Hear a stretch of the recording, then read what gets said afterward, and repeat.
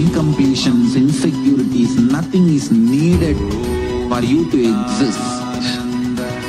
Paramashiva alone is enough for you to live absolutely, blissfully, celebrating, fulfilled, complete, intensely. Paramashivoham. Om Nithyananda Paramashivoham.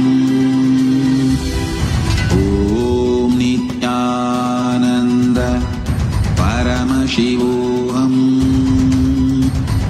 Om Nithyananda Paramashivoham. Om Nithyananda Paramashivoham. Om Nithyananda Paramashivoham. Om Nithyananda Paramashivoham. Om Nithyananda Paramashivoham. Om Nithyananda Paramashivoham. Om Nithyananda Paramashivoham. Om Nithyananda Paramashivoham.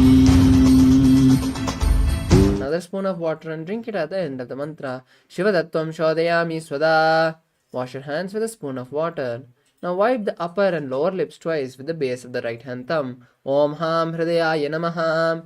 Wash your hands with a spoon of water. Now with the index, middle and ring fingers touch above the upper lip and below the lower lip. Wash your hands with a spoon of water.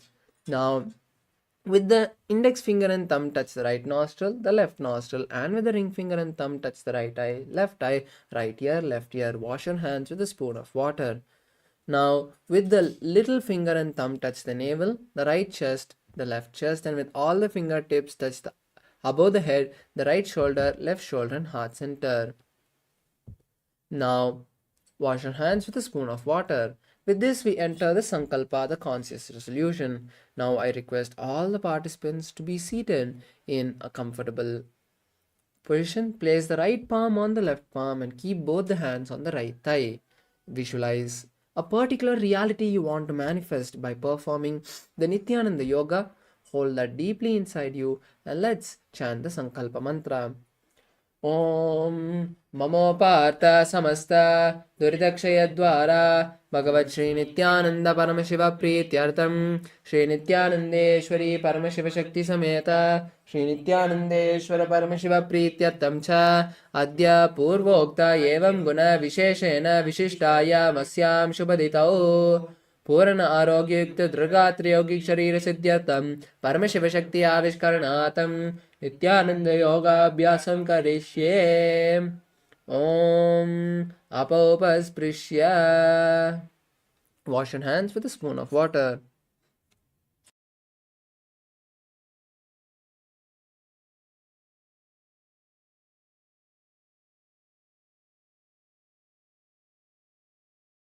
With this, let's enter the quick recap of the 12 components. In the meantime, you can keep your Panchapatram and Uddharani aside. The first component is the asana. The asanas are the various body postures that we'll be performing, and they help us align our Kundalini energies and the entire body to the ultimate Paramashiva. I also request all the participants who are pregnant, who have any ailments like heart disease or any major injury like fractures or sprains, to not perform any of the difficult asanas or don't strain yourself. Before you perform the asanas, you can consult the physician, and then with the approval of your physician, you can perform the Dvitiya Vinyasa Krama. So with this, let's move to the next component, pranayama. Pranayamas are the various breathing techniques that we'll be performing for a particular sets of asanas. When a pranayama is announced, you can perform that pranayama for the following asanas, and then the next pranayama will be announced, and then you can start performing that pranayama for the following asanas. Now the next component is the mudra. The mudras are like switches and locks that hold the kundalini in a particular place, locking that kundalini energy, locking that prana energy, and awakening the energy centers. They intensely help to enhance the experience of the Nithyananda yoga. The next is the bandhas. The bandhas are like locks that help push the kundalini. As we perform the yoga, the kundalini slowly starts moving towards the sahasrara, towards the crown center. The bandhas, which are of 4 types, help push and hold the kundalini as it keeps moving up without letting it fall back down. The next is the karnas, which are the various dance postures performed by Paramashiva when he created the cosmos. By performing the karanas, you can intensely experience Paramashiva. The next is the visualization. The visualization is the most important part because what we visualize during this Nithyananda yoga directly goes into our inner space. And visualizing the right visualizations like gods, sages, and other spiritual items intensely help us keep us in the highest space. The next is the japa, which is the chanting, internal chanting of the special mantras called mahavakyas. As we chant these mahavakyas like Soham, Shivoham, Om Nithyananda Paramashivoham, we keep ourselves in the highest space. Next is the chanting of the Shastra Pramanas, which is also an integral component. The chanting of the Shastra Pramanas continue to remind us that these are not just an ordinary asanas created by someone, but they are from Paramashiva himself. The next is weightlifting, which is also a component that can intensify the experience of the yoga. The weights, which have been revealed thousands of years ago in the Hatha Yoga, can be used to intensify the performance of each of the asanas and give you a higher experience.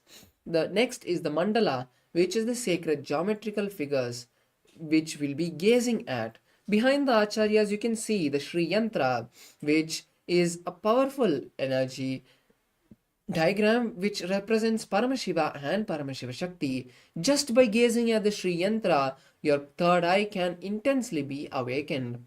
The next is Aushadha, which is the alchemy products. The alchemy products we'll be using in the Dvitiya Vinyasa Krama are Bhasma, the sacred ash, on the 16 places, Kumkum on the third eye, and turmeric on the temples. And the last component is the Rudraksha, which is a powerful energy bead that acts like a battery, holding the energy that we radiate during the Nithyananda yoga.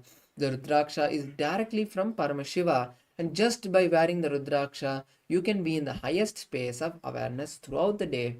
And with this, let's enter the sequence itself with the first asana, Sukhasana.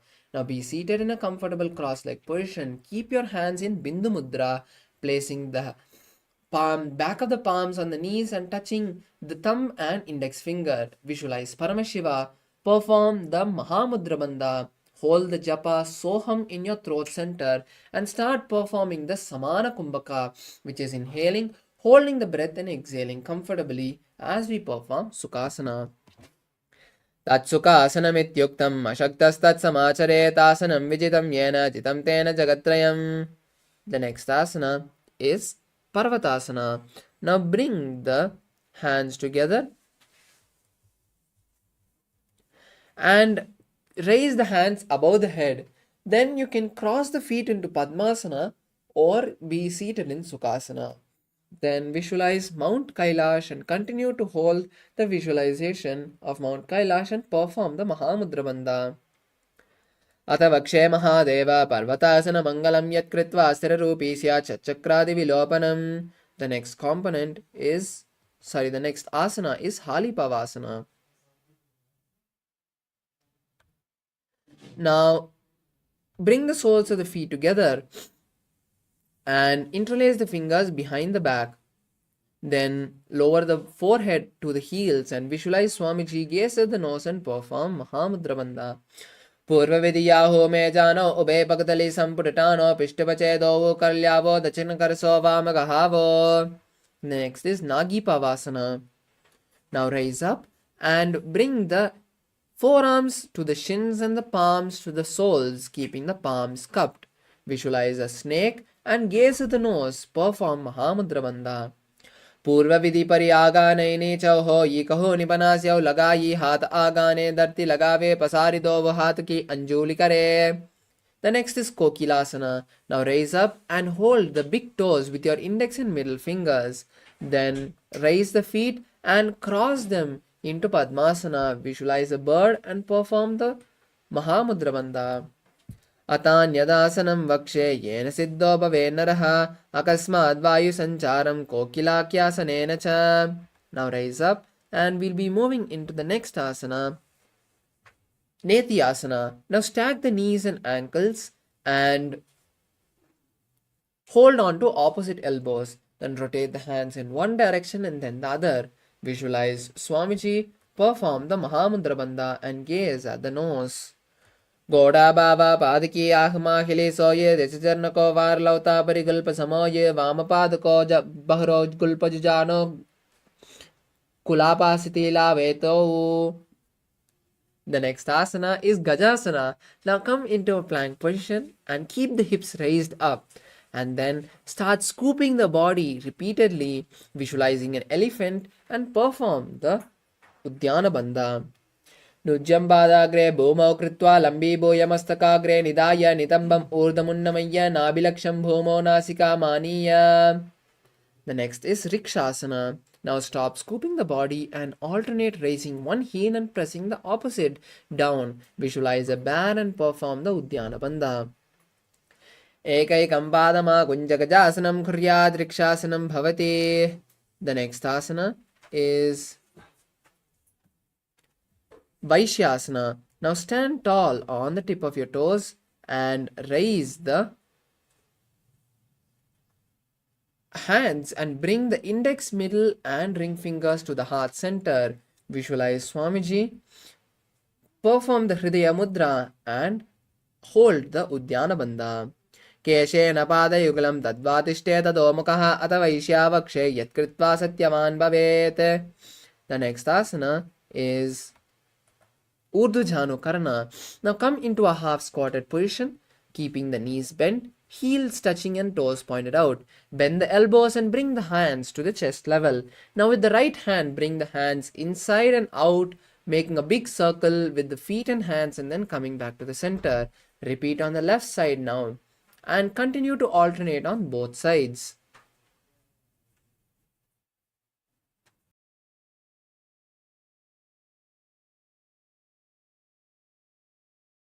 Now we move to the next asana, which is Balalingasana. Now interlace the fingers from the inside out and pull the right leg to the chest. Then visualize holding a baby and perform the Mahamudra Bandha. Continue to perform the Samana Kumbhaka. Keshe Ekam Jana Ursialingya Statavyam Balalinganam Bhavati. The next asana is Padapiranasana. Now relax the leg, bringing balance again to the body. Pull the right leg to the buttocks and hold it with both the hands. Visualize Swamiji, perform the Mahamudra Bandha. Sthitvaikasmin padatale karabhyam veshtayetanum prishte samstapyatmena padapiranamasana. Now we'll perform Natarajasana as you pull the right leg backwards and up with the right hand, holding the right leg from the inside, and stretch the left hand forward and straight. Keep the fingers in Bindu Mudra.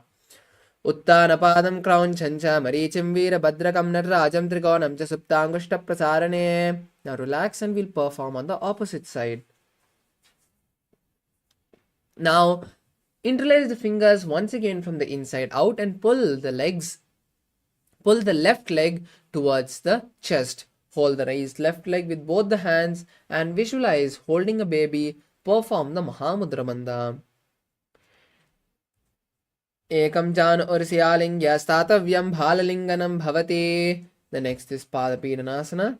Now lower the foot and pull the left leg towards the buttocks. Visualize Swamiji and perform the Mahamudra Bandha. स्थित्वैकस्मिन् पादतले कराभ्यामेष्ट्रयेतनुं पृष्ठे संस्थाप्यत्वेन पादपीडनमासनम्. Now we move to the next asana, which is Natarajasana.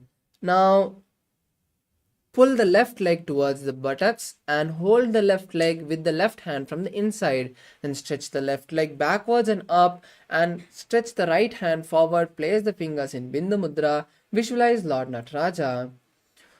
Tanapadam Krauncha Maricham Veera Bhadragam Natarajam Trikonam Jasuptangushta Prasarane. Relax. And now we move into the next Karana, which is Ardharechita Karana. Now be standing in a half squatted position, and once again bring the hands to the chest level with the elbows bent. Now cross the right leg behind the left and alternate and start swinging the right hand in a pendulum motion. Then place the hand on the nose and repeat on the opposite side.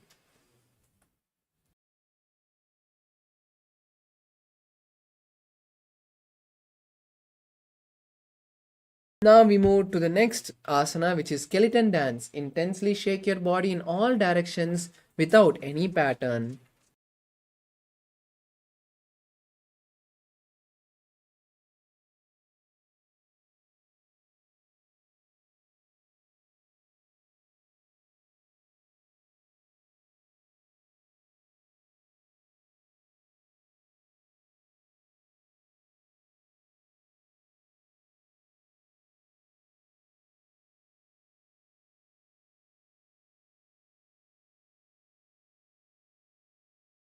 Relax. Take a moment to catch your breath. And now we move to the next asana, Katichina Karana. Now come to the half squatting position. Now this time raise the hands above the head and cross the wrists. Turn to the right, open the hands wide and come back to the center. Then turn to the left and do the same. Repeat this on both sides again and again.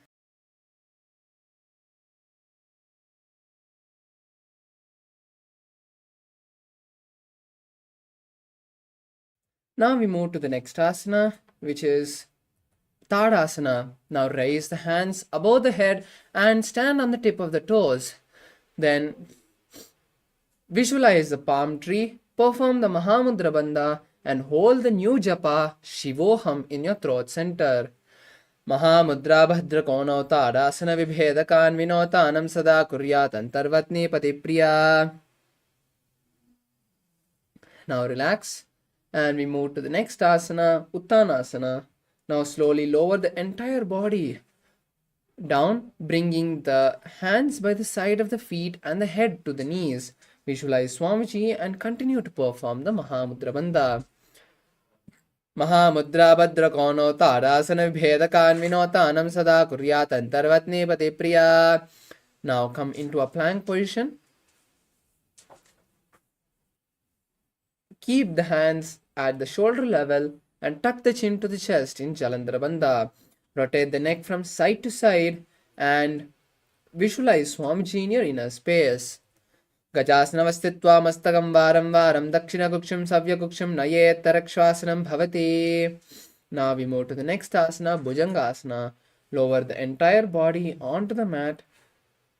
Keep the hands by the side of the chest and raise the upper body with the strength of the lower back, and open the mouth wide and inhale through the hollow of the throat. Exhale through the nose. Visualize a cobra.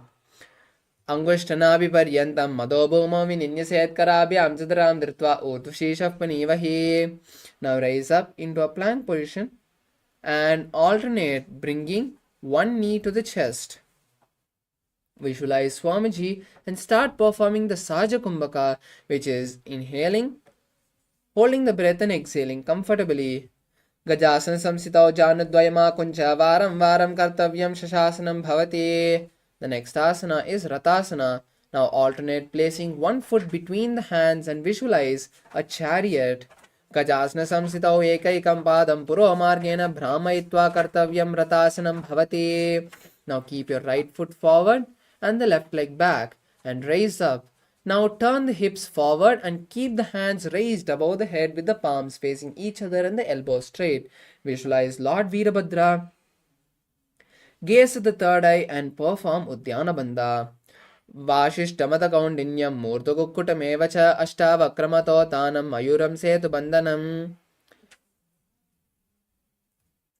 Now we move to the next asana, which is Veerabhadrasana on the opposite side. Now switch the position of the feet and keep the front knee bent in a 90-degree angle. Raise the hands above the head. Visualize Lord Veerabhadra, gaze to the third eye and perform Uddiyana Bandha. उत्तानपादं क्रौञ्चं च मरीचिं वीरभद्रकं नटराजं त्रिकोणं च सुप्ताङ्गुष्ठप्रसारणे. Now we move to the next asana, Vrikshasana. Now, standing tall, bring the right foot to the inner thigh of the left leg and keep the hands together and raise the hands above the head. Visualize a tree and perform Uddiyana Bandha.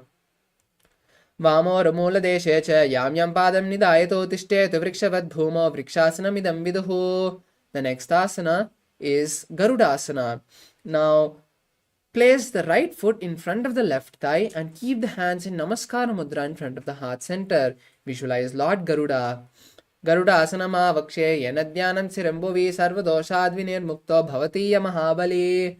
The next is Vrikshasana on the opposite side. Now this time place the left foot in the inner thigh of the right leg and keeping the hands in front of the heart center together, raise the hands above the head. Visualize a tree and perform Uddiyana Bandha. वामोर्मूलदेशे च यां यां पादं निधायतो तिष्ठेत् वृक्षवद् भूमौ वृक्षासनमिदं विदुः.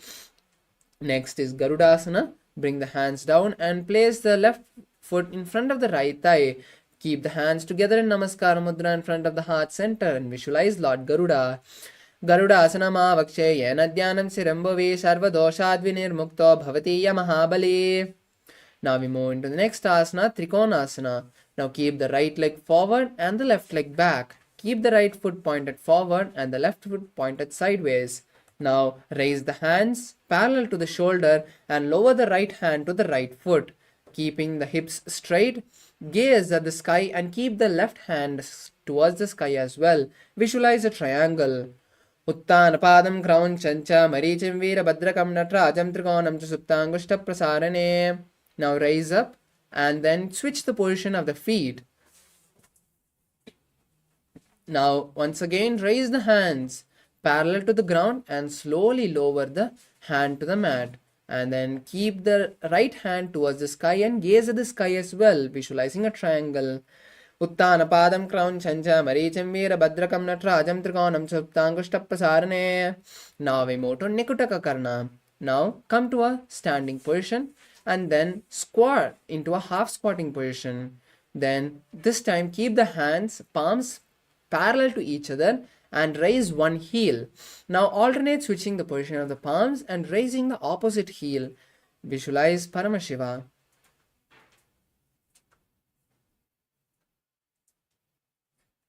Now we move to the next asana, Angushtasana. Now come to a seated position on the heels and keep the hands together in front of the heart center in Namaskara Mudra and the knees touching each other. Visualize Swamiji and perform the Mula Bandha. From this asana, we'll be performing a new pranayama, which is the Brahmari Kumbhaka. Inhale and exhale, making a buzzing sound. Hold the new japa Sadashivoham in your inner space. Kabandhasanamittyahu Gorakshasanameva Angushtamushtikam Yayam Brahma Prasaditam Tata. Now we move into the next asana, which is Saurasana. Now stretch the right foot forward and keep the hands by the side of your body. Visualize Swamiji in your inner space and perform the Mula Bandha. Prasarya ekam padatalam samstapya tveka padakam. Now we move to Vidunanasana. Now hold the right leg, big toe with the index and middle finger of the right hand and the left leg's heel with the left hand. Bring the forehead to the knees. Visualize Swamiji. Gulpastito padamekam prasarya tatpadagam samsiset tatkarena gulpam chanyam dhare tatkarena dhunam pitam chabise chobayatra. The next asana is Saurasana on the opposite side. Now once again, stretch the left leg this time forward and keep the hands by the side of the body with the palms facing forward. Visualize Swamiji and perform Mula Bandha. Prasarya ekam padatalam samstapyatva ekapadakam. Now we move to Vidhunanasana. As you lean forward and hold the left leg big toe with the index and middle finger of the left hand and the right leg's heel with the right hand. Lower the forehead to the knees. Visualize Swamiji. गुल्पस्थितौ पादमेकं प्रसार्य तत्पादाग्रं संस्थिते तत्करेण गुल्पं चान्यं धारयेत् तत्करेण दोनं पीठं चाभिषेय चोभयत्र. Now we move to Brahmajarankushasana. Now bring the feet back together and sit on both the heels. Place the back of the palms on each knee and open the knees wide apart. Visualize Swamiji, tuck the chin to the chest and gaze to the floor. दो पनापानि होय वैसे एड़ी दो गुड़ा निवेसे कोरपक तल्या की माहिली ice माहेरा सेमिली. Now we move to the next asana, Kapilasana. Now place the knees on the mat and the palms on the respective knee. Visualize the great sage Kapila, gaze at the nose and perform Udyana Bandha. उबे पगतली समटहरावे तिनकी माहिली कोर मिलावे पनापानी उकड़ होय वैसे एड़ी दो जोनी निवेसे. Now we move to Bhadra Gorakasana and be in the same position. Just switch the gaze to the third eye and change your visualization to Swamiji. दो पगतली संपुट करे कोरवारली भू परितरे कोरवारली राके ऐसे तापरिमूल ध्वारिटी की बेसे.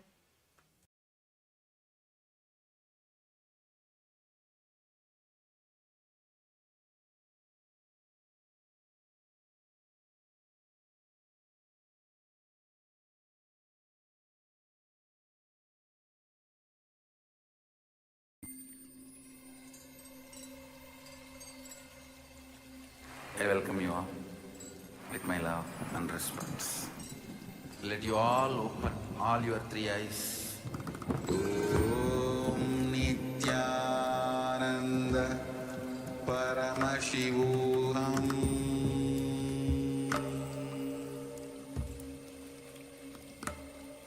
Om Nithyananda Paramashivoham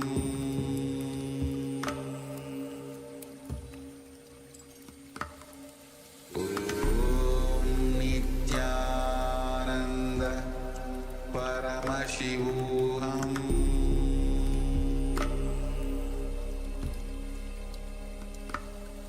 Om Nithyananda Paramashivoham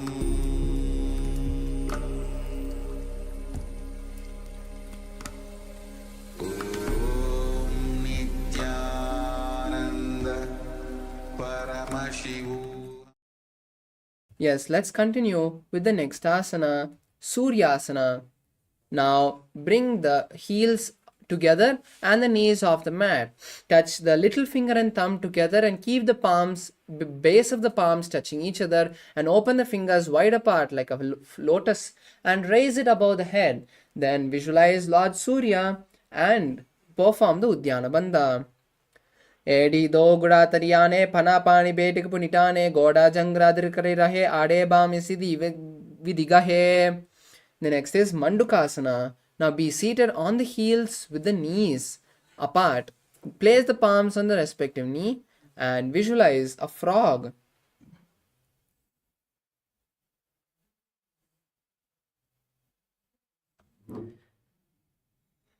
Gaze to the third eye, roll the tongue and touch the back of the throat and perform the Mula Bandha. Padatalo Prishtadeshe Angushradve Samsprishe Jhano Igram Puraskritya Sadayan Mandukasanam. The next asana is Uttana Mandukasana. Now raise the hands and touch the back of each opposite shoulders. Visualize a frog, gaze at the third eye, roll the tongue and touch the back of the throat and perform Udyana Bandha. Manduka asana madhyastam kurparabhyam shramditaha etadbhekavaduttanam etaduttanam mandukam. The next asana is Simhasana. Uncross the hands, bring them to the knees, cross the heels and be seated on the heels. Visualize a lion, gaze at the nose. and stick the tongue out and exhale forcefully, repeatedly, visualizing a lion. Dakshinam savyagulpena dakshinetadaretram hastau jajanmo samstapya swangulisha prasarya cha. Relax, and we move to the next asana, Bhadrasana. Now uncross the heels, bring the hands behind the back and cross the hands touching opposite big toes with the index and middle fingers. Visualize Swamiji and tuck the chin to the chest in Jalandhara Bandha. Gulpau cha vrishanasyaadaho yukramena samahitaha padangushto karabhyam cha pritvatadishta breshatah. Next is Kakabusandi asana.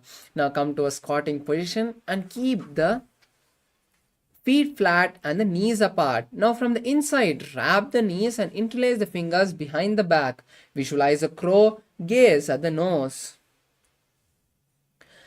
प्रथमे वेस उकड़टाने दो हाथ पगम बीच आने तिनकी मोड़ी नल्या परिलावे पिष्टपचे कांगसी करावे.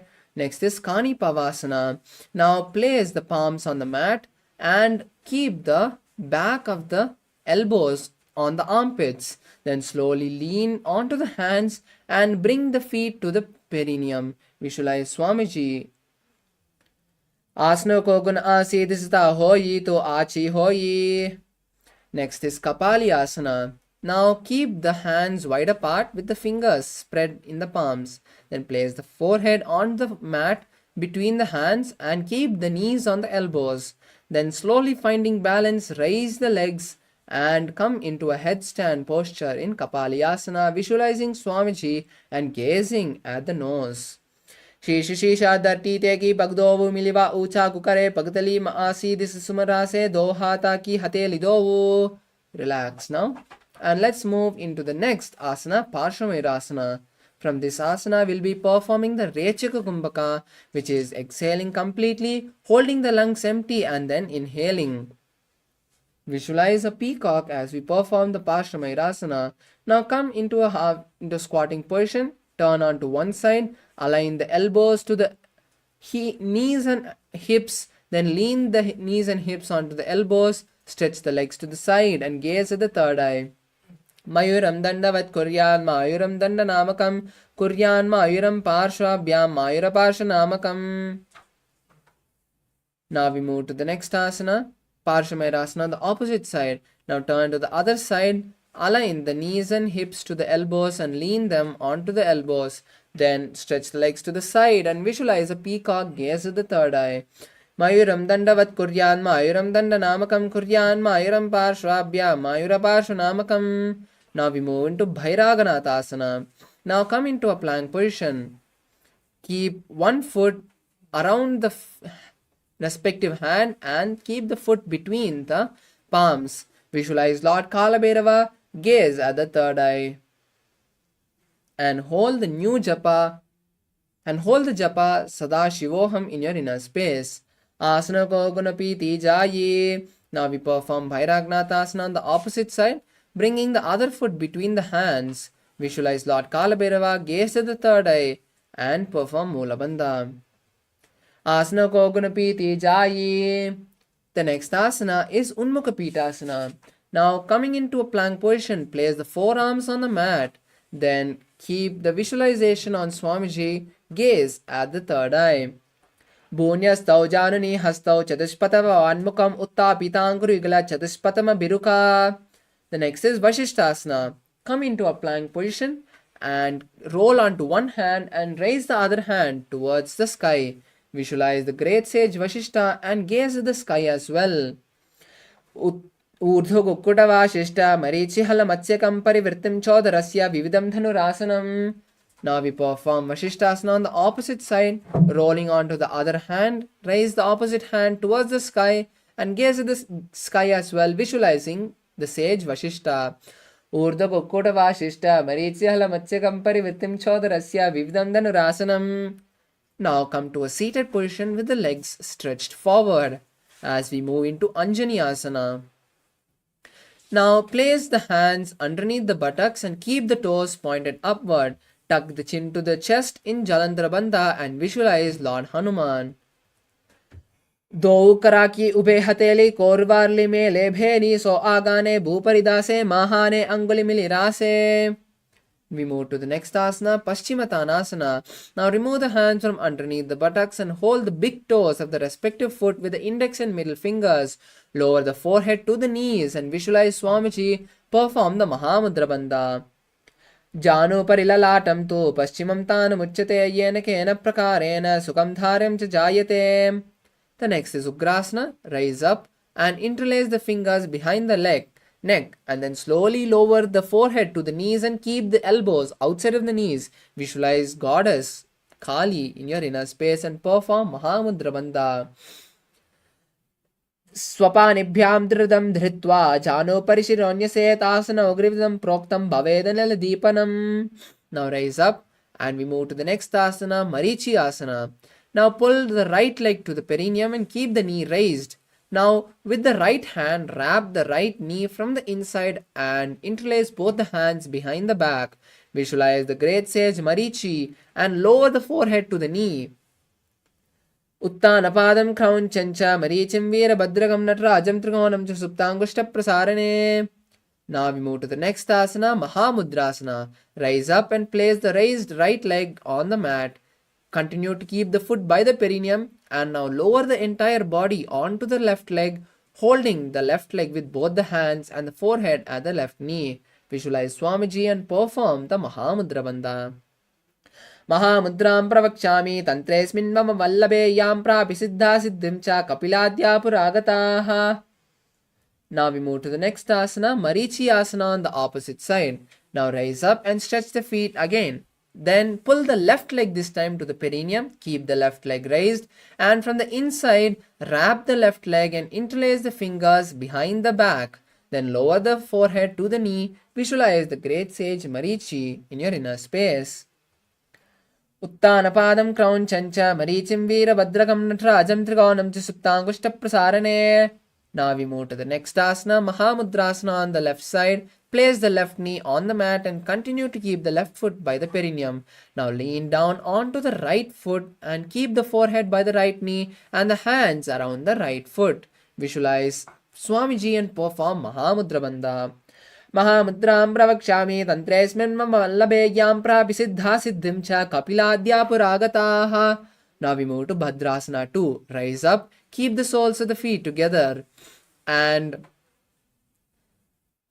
holding the soles of the feet with both the hands, visualize Swamiji, gaze at the nose and continue to perform the Rechaka Kumbhaka. Hold the new japa Mahasadashivoham in your inner space. गुल्पौ तु वृषणस्यादः शिवन्याः पार्श्वयोक्षिपेत् पादपार्श्वेऽनुपानेभ्यां धृतं बद्ध्वा सुनिश्चलम्. We now move to the next asana, Gwalipavasana. Now slightly move the feet away from the perineum and keep the hands on the knees. Visualize Swamiji, tuck the chin to the chest in Jalandhara Bandha and gaze to the nose.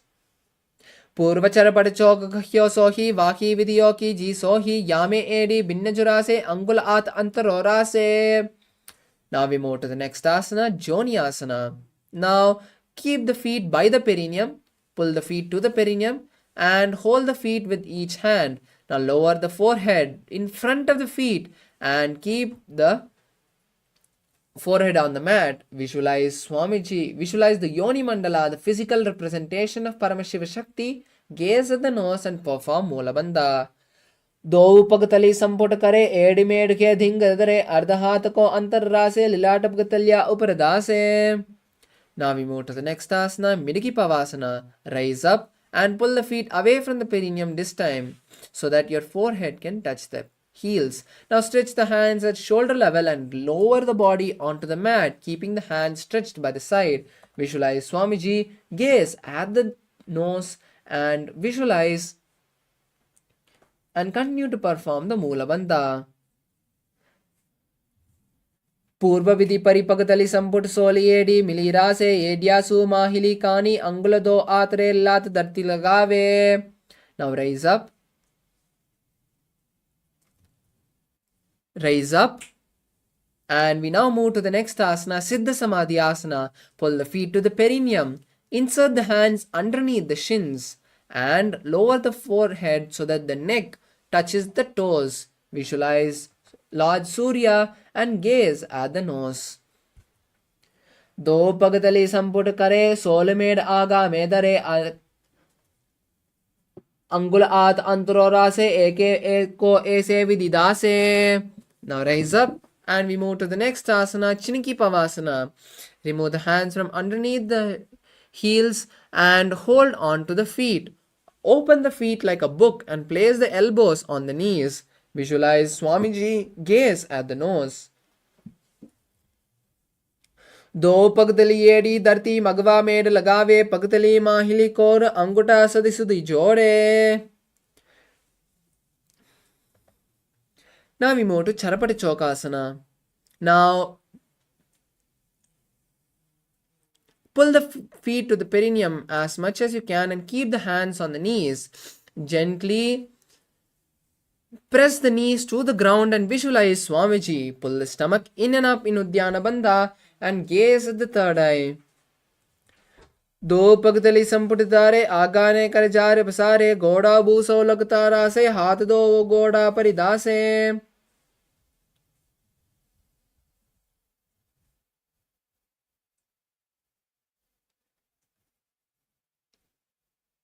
Now we move to the next asana, which is Bhairavasana.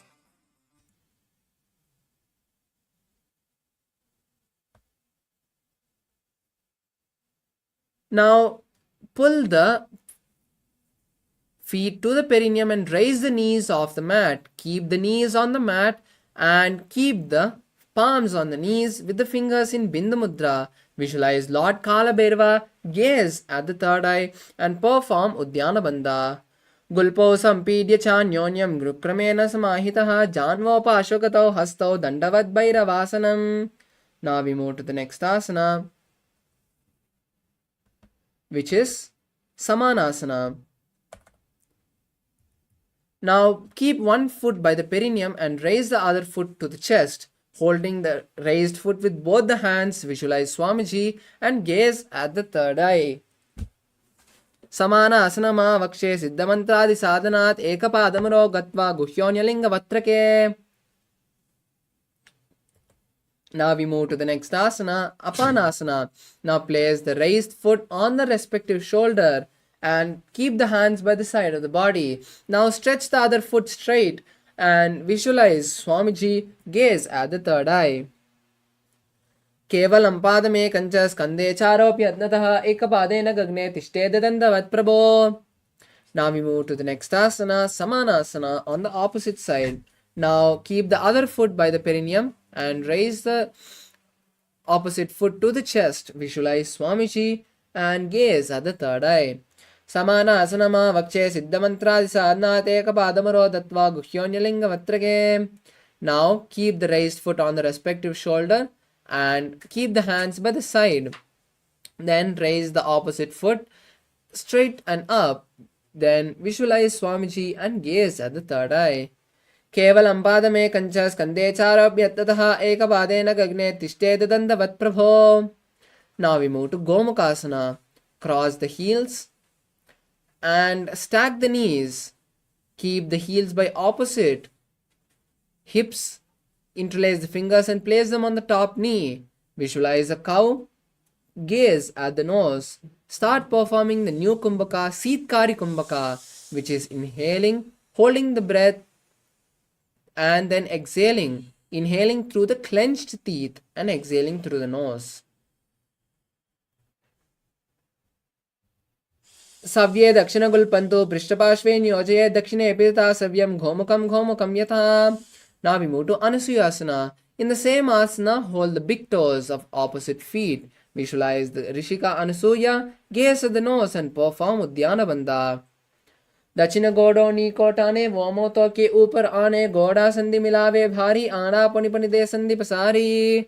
Now we move to Anusuyasana 2 as you interlace your fingers behind the back and lower the chest to the knees. Try touching the nose to the mat and visualize Rishika Anusuya, gaze at the nose. जीमना गोड़ा की संधि उपरिदावा गोड़ा की संधि मिलावे रासे गोड़ा सौले पगतल्यालो आडवाय सुदा रासे. The next is Garudasana. Rise up and keep the left foot by the perineum and the right foot flat with the knee by the chest. Place the hands on respective knees. Visualize Lord Garuda and perform the Moola Bandha. Gaze to the nose. दावो पगमोड़ी येड़ी माहिलम गल्पमूलद्वारिणी चेदे बेसे जीमिनी पगतली धरती टेकी गोड़ ऊंचो उभो रासे.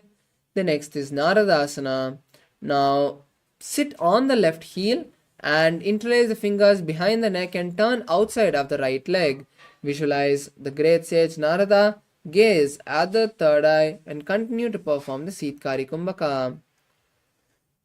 पिष्टजुमां पकदली केरी भूपरिता हिलगा वेपेरी गोड़ा सुदो पनो हे जोई दचपासी रासे सोई. Now relax and now place the left foot on the right thigh and turn outside of the right leg. Visualize Matsya, the fish avatar of Lord Vishnu, and with the left hand wrap the left leg and hold the right shin, and with the right hand hold the right big toe in Matsyapitakasana. Vamena vamangushtanto grihitam Matsyapitakam yoni vamena sampidya medadupari dakshinam. Now we move to Gomukhasana on the opposite side. Now once again stack the knees, cross the feet and keep the heels by opposite hips. Visualize a cow, gaze at the nose and perform the Shitkari Kumbhaka. Hold the new japa Om Nithyanandoham. सव्ये दक्षिण गल्पन्तो पृष्ठपार्श्वे नियोजे दक्षिणे पिता सव्यम गोमुखम गोमुखम यथा. The next is Anusuyasana. Now hold the big toes with the index and middle fingers. Visualize Rishika Anusuya. Pull your stomach in and up and gaze at the nose. दक्षिण गोडोनी गोडावने वामोटा के ऊपर आने गोदा सिंधी मिलावे भारी आड़ा पुनि बनि दे संधि पसारी.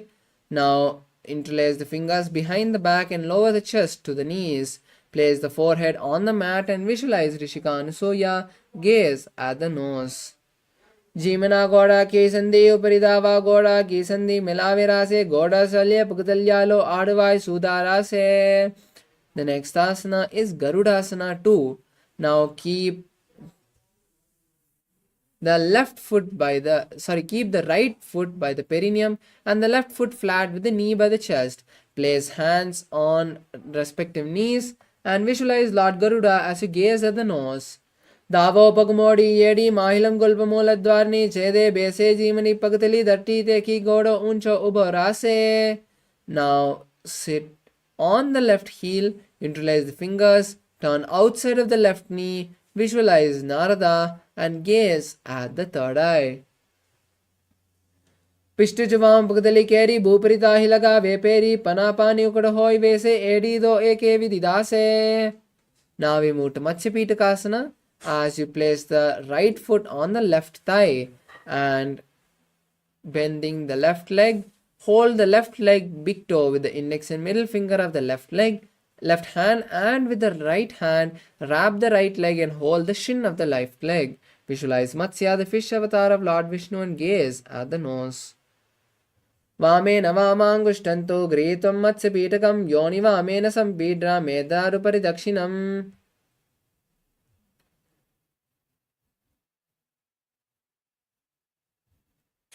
Now we move to the next asana, Matsyendrasana. Now stretch the feet and keep the left foot on the right leg. Then bend the right knee and turn outside of the right leg, placing the left elbow on the right knee. Keep the right hand on the mat behind. Visualize Matsyendranatha and gaze to the third eye. Udaram paschima basam kritva tishneti yatnataha namrangam vamapadam hi dakshajano parinyaset. Now we move to the next asana, Kubhasana. Now place the left hand down on the right foot and place the right hand on the right ear. Visualize a camel and gaze at the nose. Asana Gogana Jolo Jaye. Now place the right hand back on the mat and visualize Matsyendranatha. Gaze at the third eye. Matsyendra Pitam Jarra Pradipim Prachandarak Mandala Kandanastram Abhyasada Kundalini Prabodham Dandastam Hidatahi Pumsam. Now we move to Matsyendrasana on the opposite side. Now keep the feet stretched and place the right leg this time on the left thigh. Bend the left leg, Turn outside of the left leg and keep the right hand elbow on the left leg. Keep the left hand down behind. Visualize Matsyendranatha and gaze at the third eye. Udaram paschima bhasam kritva tashnidhi antadaha namrangam vamapadam hi dakshajanopari niset. The next is Kubasana. Now place the left hand down and take the left hand and touch the left ear. Visualize a camel and gaze at the third eye. Asana Gogana Jolo Jhaye. Now we move to Matsyendrasana. As you keep the left hand back on the mat and visualize Matsyendranatha and gaze at the third eye.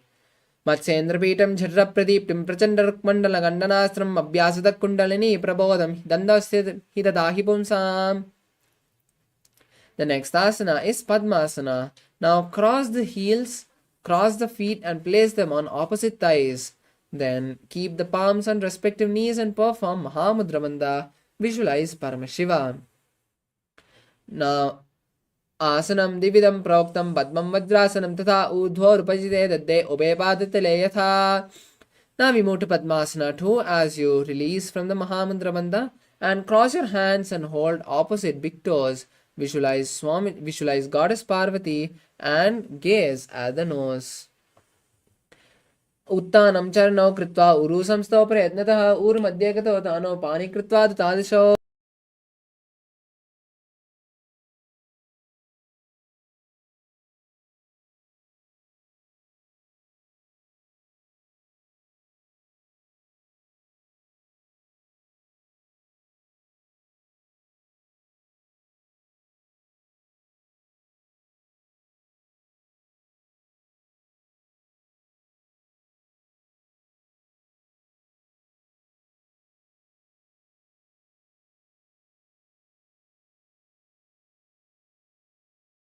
Now we move to the next asana, Kukutasana.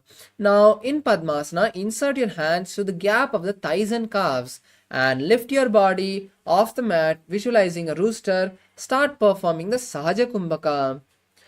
Padmasanam sasamstapya nanurvarantareka nivesha bhuma vashishte dhyomasta Kukutasanaha. Relax and remove your hands from the Padmasana and raise onto the knees with your legs still in Padmasana. Now we move to Baddhakekiasana, placing the palms on the mat with the fingers pointed backwards. Slowly lower the navel onto the elbows and visualize Swamiji. Now slowly push the body forward and raise the legs off the mat, visualizing Swamiji. Dharamavashtabhya karadvayena tatkur paristhaneva tabhiparshvaha. Now relax and come to a kneeling position with the hands still in the same position.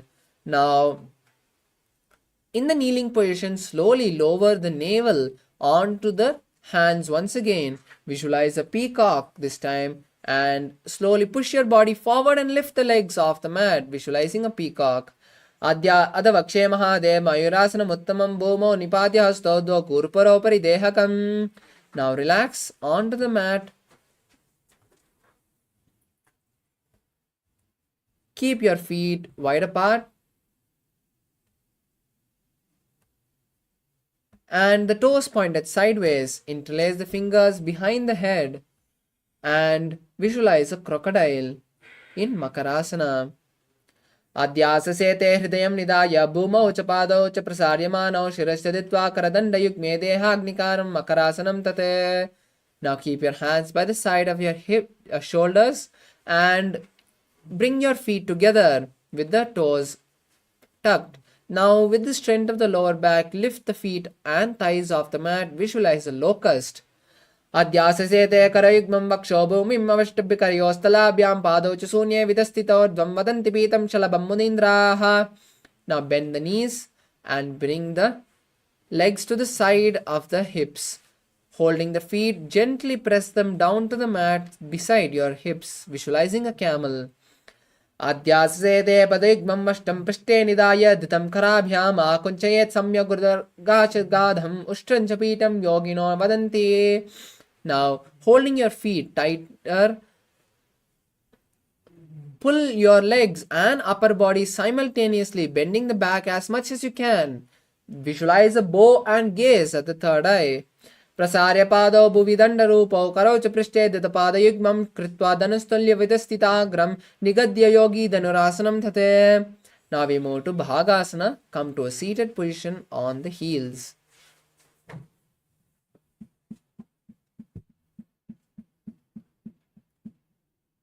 Now placing your palms on the knees, visualize Swamiji, gaze at the third eye, and hold the new japa Om Nithyananda Paramashivoham. उल्टा मोड़ी पाव दो वैसे बहुरो जगति करे एक वैसे पावन महिला गुलपच जो कुला पासितिला वैसो वो. Now we move into Gohyasana and Shirasasana. You can take the support of the wall to perform these inverted asanas. Now place the forearms on the mat and interlace the fingers. Then place the head between the interlaced fingers and raise the knees off the mat. Walk the hips so they align to the shoulders and kick the legs gently off the mat. Balance with the feet still bent by the chest. Visualize Swamiji and gaze at the nose.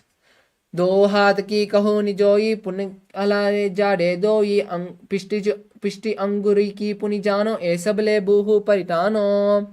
Now slowly straighten the knees and raise the legs as we move into Shirasasana. Continue to visualize Swamiji and gaze at the nose.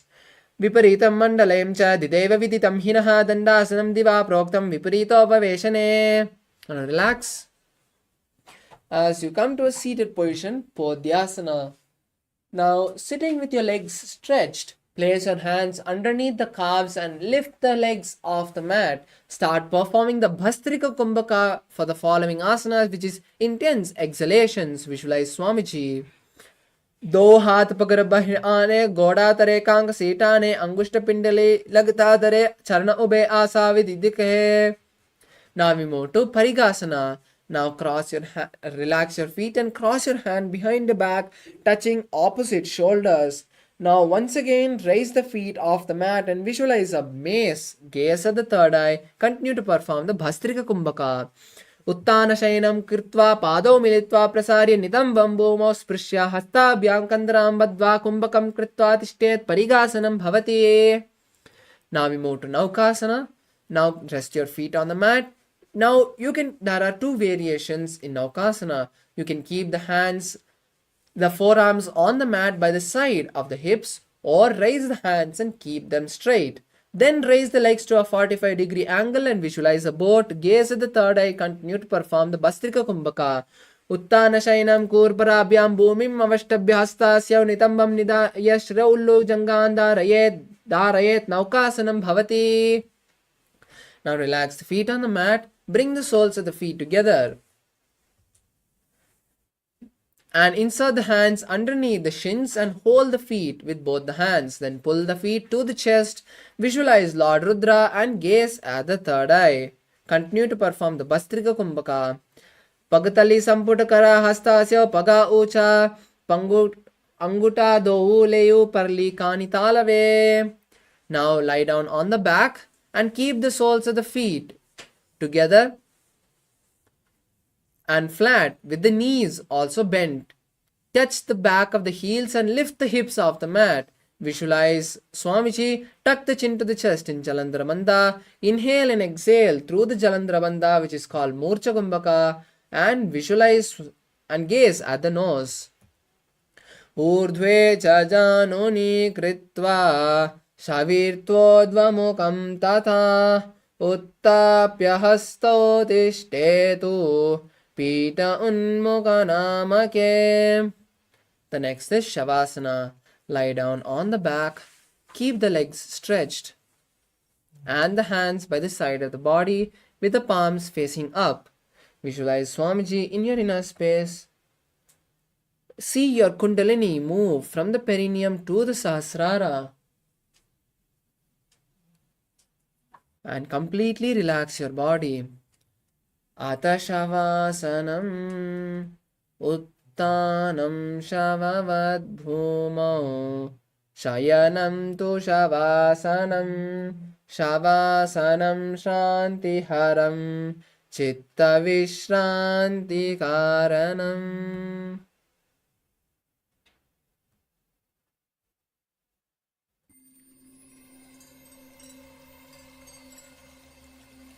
I welcome you all with my love and respect.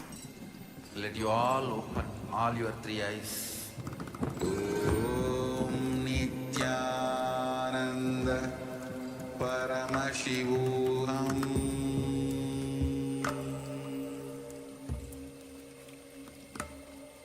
Om Nithyananda Paramashivoham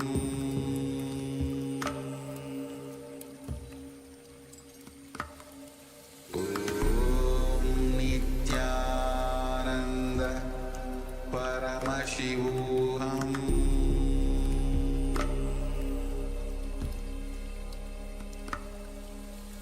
Om Nithyananda Paramashivoham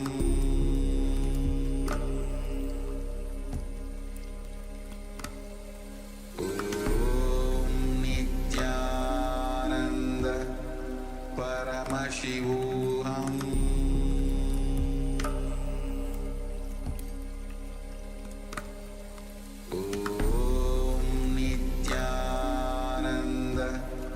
Paramashivoham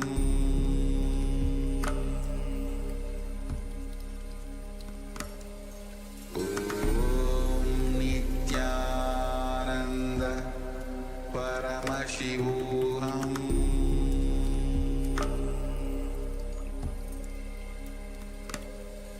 Om Nithyananda Paramashivoham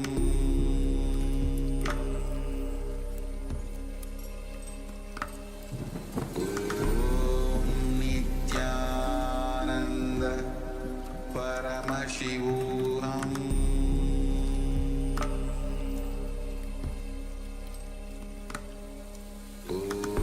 Om Nithyananda Paramashivoham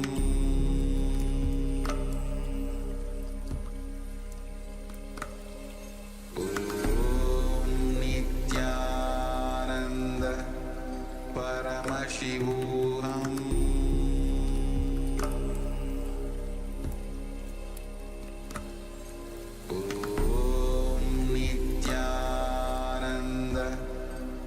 Paramashivoham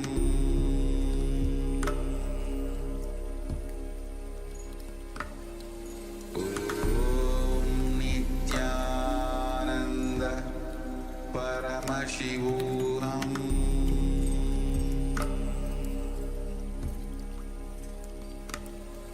Om Nithyananda Paramashivoham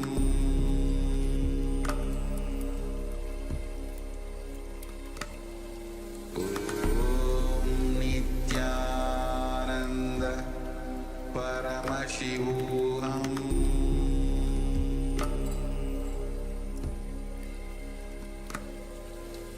Om Nithyananda Paramashivoham Om Nithyananda Paramashivoham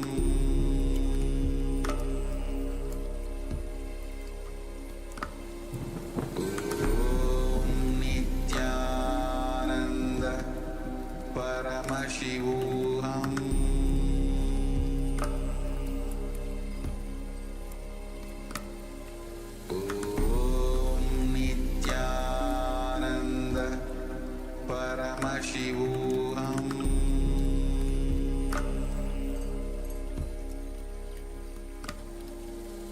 Om Nithyananda Paramashivoham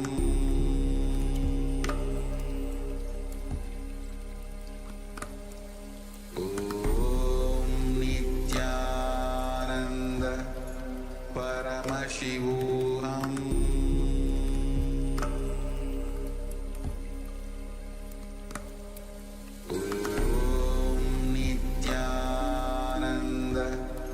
Paramashivoham